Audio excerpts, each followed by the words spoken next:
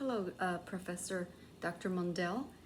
During this student teaching experience, my teaching philosophy has developed for the better.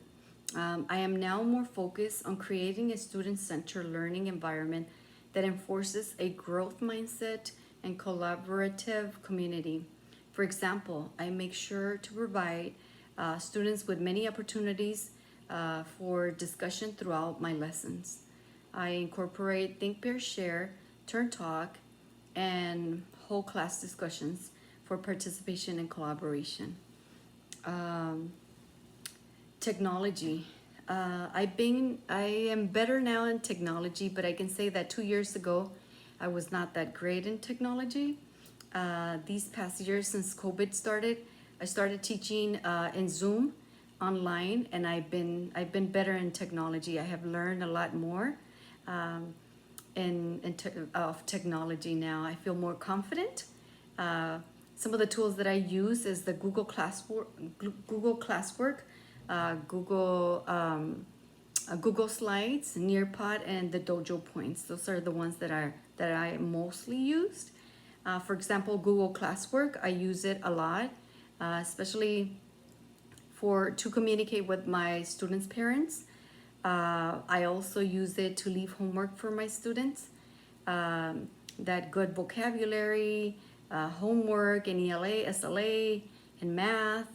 Yeah, it's very, very, very important in my class.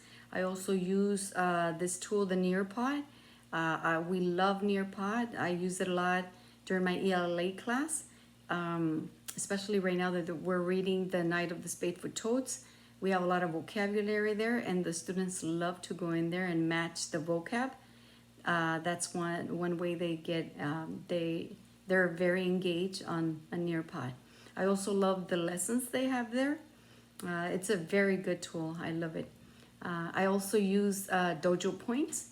The kids love their Dojo Points when I walk around, especially during my Spanish class and SLA. I walk around and making sure that they're on task.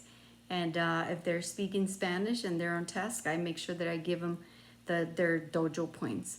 Those are the ones that I use um, um, in my class. Okay. How I implement Christian worldview. I'm sorry. I always get to my class super early in the morning. Um, what I usually do in the morning before anything, pray. I pray to God that we have a wonderful day. I don't know how the kids are gonna come, or if they're going through something. I always just pray and ask God for a wonderful day, so that He can fulfill us with His knowledge, and so that the class can go easy and smooth throughout the day.